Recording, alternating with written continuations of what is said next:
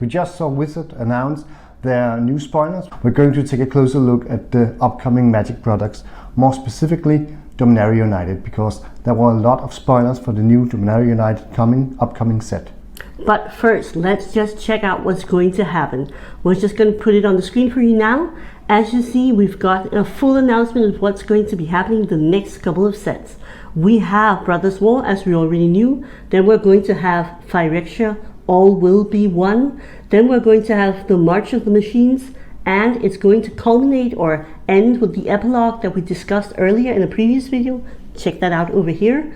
With the March of the Machines epilogue, or aftermath as they are calling the set. So it's going to be really interesting. We have a lot of new product and we have a lot of new cards to show you. So let's get down to it. It was also revealed that we're going back to some of the sets we know. We're going back to Eldraine and we're going back to Ixalan. So that's going to be exciting too. Exciting for all those vampire players out there with a return to Ixalan, and really exciting to go back to Eldraine, which has become quite the stable and quite the iconic set in the recent years. Definitely, the whole fairy tale lore, high magic. We're going to have a lot of fairy tales that we already know, just interpreted in the whole Eldraine sort of vibe, and I thought that set was absolutely beautiful. So I'm really excited. The Eldraine set is going to be the Wilds of Eldraine, and the Ixalan set is going to be the Lost Caverns of Ixalan. So that is really exciting, and these two products will be the ones coming up, the first ones coming up after the 4-block structure and the epilogue that closes off the whole set, telling the story about the invasion of Dominaria. And speaking of really interesting things, Liliana of the Veil is going to have a reprint. She's returning to standard, and that is going to be absolutely wild. It's going to be really interesting, and it's going to be fun to see how much she's going to affect the meta, because wow, this is really Liliana at her most powerful. That card is the bomb. Other things spoiled, we're going to see a return to the Painlands. There's going to be 6 Painlands, and they're coming in a regular and a borderless version. Sagas are having a return, some of the mechanics that's going to make an appearance in the set. Of course, Kicker has already been spoiled. A return to Domain, which is an ability that gives you some benefit of using many-colored basic lands, and also the mechanic Enlist, which was featured on a white card. That's going to give you some kind of bonus when your creature attacks. So a lot of good stuff in wait for white weenie decks, I believe.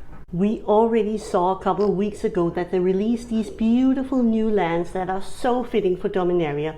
One of the things that has become synonymous and iconic for Dominaria is the stained glass features.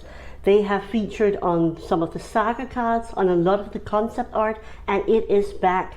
These 5 beautiful basic mana cards are done by Villeneuve. He's a beautiful artist who does amazing work, and these cards are beautiful. A lot of people also speculated that we would see this stained glass vision also drawn out to some of the other cards, and it was. So we're going to get legendary creatures in the stained glass treatment, and they look beautiful. We have Liliana, Ajani, Squee, a lot of the different cards. I think this is so iconic for Dominaria. I think it's really fitting, and I think it is oh so flavorful. So I am really glad that they decided to make this an additional treatment. Let us know what you think about it. Do you like the stained glass? Don't you like it?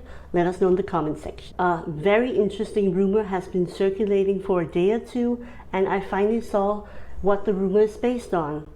We have a photo of a lot of different collector boxes, and several of these collector boxes are turned upside down, and it seems to say on the box, if you zoom in really hard, that there will be a textured card in each pack in the collector box for Dominaria United. We don't know if this is true. It wasn't a part of Wizards Presents. This is a rumor that's been going around, but I have to say, looking at the photo, it does look very realistic. It might be, and this would not be the first time that we see Wizards introduce something as very special for Double Masters 2022. The Textures card was the really high value chase card, and then suddenly decide to put it in everything, which also happened with the Etched. Suddenly in Commander Legends 2, Battle for Baldur's Gates, we had an edge card in each and every single pack. It's going to be interesting if it holds true, but maybe textured cards in each and every pack in the collector box only. One of the cards I'm looking really much forward to is Shieldred. She looks absolutely insane. 2 colorless, 2 black, 4/5 creature with death touch, and every time you draw a card, you gain 2 life. Every time an opponent draws a card, they lose 2 life. I think that is a wonderful and really, really powerful card that's going to be great in Standard, and it's going to be great in Commander. What's your favorite card?